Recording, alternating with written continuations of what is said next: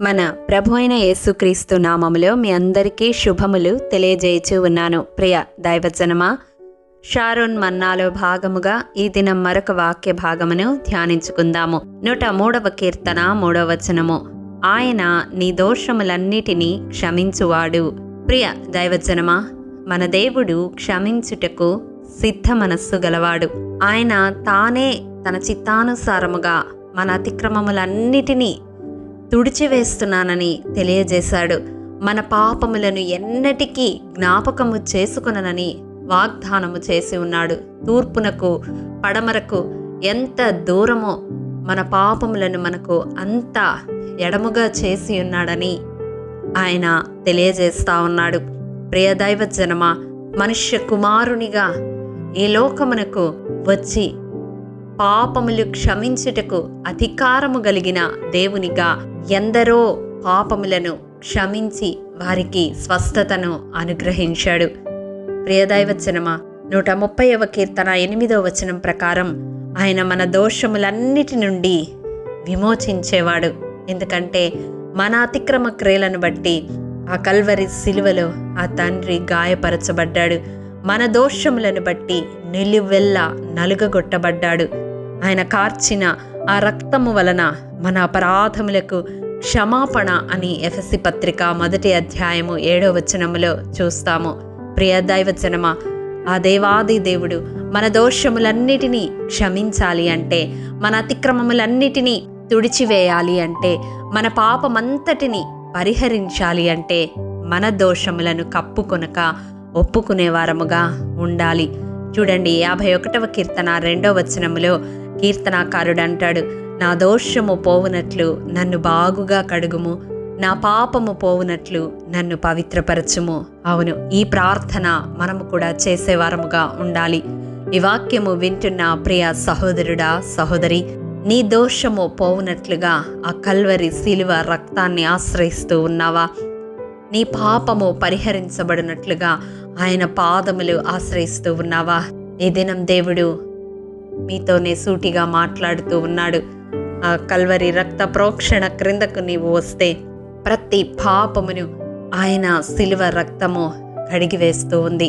ప్రియదైవజనమా, నూతన సంవత్సరంలోనికి అడుగు పెట్టడానికి సిద్ధపడుతున్న మనము మన పాత రోత జీవితానికి స్వస్తి పలికి పాప దాస్యము నుండి విడిపింపబడి నూతన సృష్టిగా నూతన సంవత్సరంలోనికి అడుగు పెట్టాలి అంటే ఆ దేవుని ఎదుట మన దోషములను కప్పుకొనక ఒప్పుకునే వారముగా ఉంటే మన దోషములన్నిటినీ క్షమించి వేస్తానని దేవుడు ఈ దినం వాగ్దానం చేస్తూ ఉన్నాడు.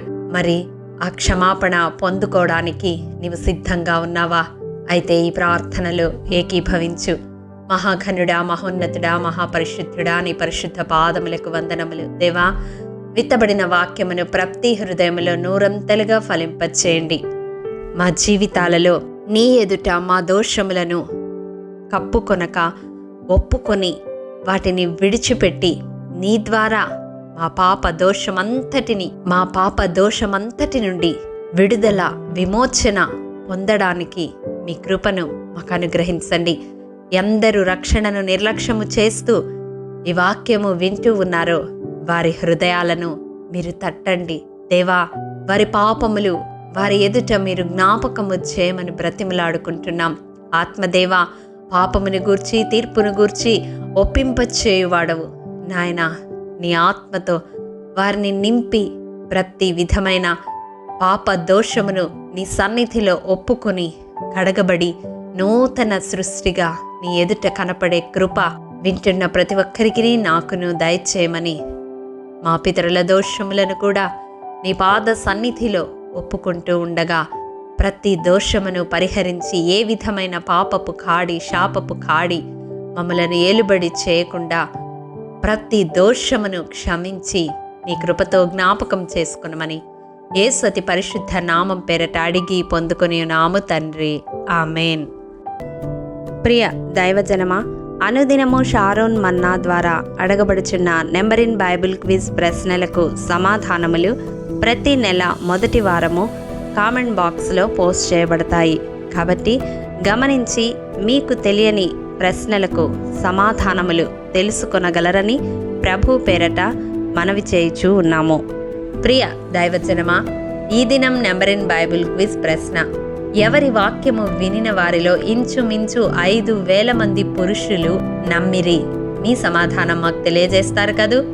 ప్రభు కృప మనందరికీ తోడైండును గాక. ఆమేన్. ప్రియ దైవజనమా, ఈ దినము జన్మదినము, వివాహ దినము జరుపుకుంటున్న వారికి షారోన్ గ్రూప్ తరపున హృదయపూర్వక శుభాకాంక్షలు తెలియజేయుచూ ఉన్నాము.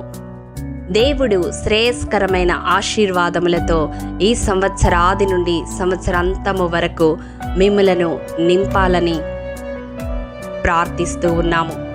ఆమేన్.